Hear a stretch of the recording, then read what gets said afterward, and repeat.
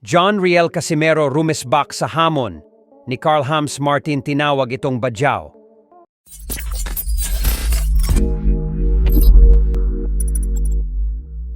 So matapos nga mag-trending ang video ni top 2 contender sa WBO Super Bantamweight Division, Karl-Heinz Martin, kung saan tila hinahamon nito ang former 3 division world champion na si John Riel Casimero, naging mainit na usap-usapan ito sa Pinoy boxing community hanggang sa makarating na sa kampo ni Cuadro Alas. Matatandaan na, bago po kasi magganap ang laban ni Martin kay Tostado, naka-live yung kapatid ni Martin habang pabalik sila sa tinutuluyan nila.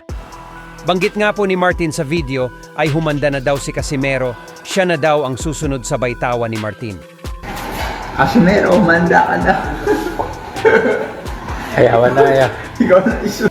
Nakarating na nga po kay Casimero yung balita, kaya bumuelta si Casimero sa napanood niya sa video ni Martin. Wika ni Casimero, "Ayan ka na naman, badyaw ka talaga.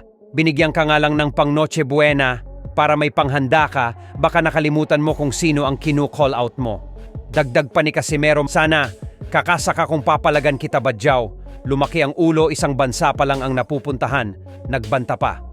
Bukod dyan ay kinawag din itong gunggong si Martin at sinabing siya lang daw ang pwedeng maging daan nito patungo sa laban kontra sa current undisputed Super Bantamweight World Champion Japanese monster na Oya Inoue. Subalit ang problema umano ay hindi siya kakayanin ni Martin, kasi pag silang dalawa umano ang magtuos, ay pangako niya umano na ito na ang magsisilbing huling laban ni Wonder Boy sa kanyang professional boxing career. Sa madaling salita po, ay pinapalabas ni Casimero na pag naglaban silang dalawa ay pagre-reiteruhin niya ng maaga si Martin. Maging ang kapatid at head coach ni Cuadro Alas na si Jason Casimero, napakomment din ito, sambit nito, papalag kaya yan. Kahit ako, easy lang yan.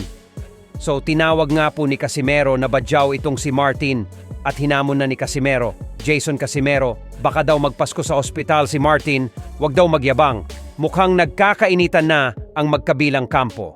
Pagkatapos po kasing sumagot ng Casimero Brothers, may simpleng banat si Martin sa kanyang FB. Wika ni Martin, "Mga good people around you, self-discipline and training hard, good conditioning to get right weight and count professionalism, God bless all."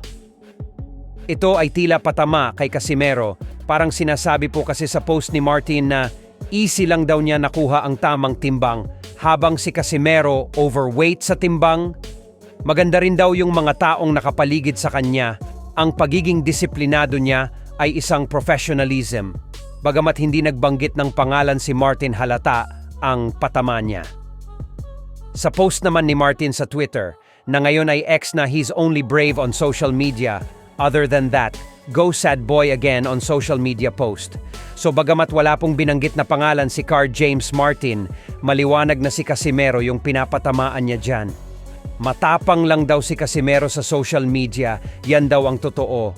Bukod yan, pumalag din ang head coach at tatay ni Martin na si Abel Martin sa mga bashers ni Karl James Martin na nagsasabing magbubuti lang daw ang mga nakalaban ni Martin. Nagpost ng picture ng mga nakalaban ni Casimero na puro lamang ang talo kaysa sa panalo. So parang sinasabi po yan ng tatay ni Martin na magbabalot din ang nakalaban ni Casimero dati.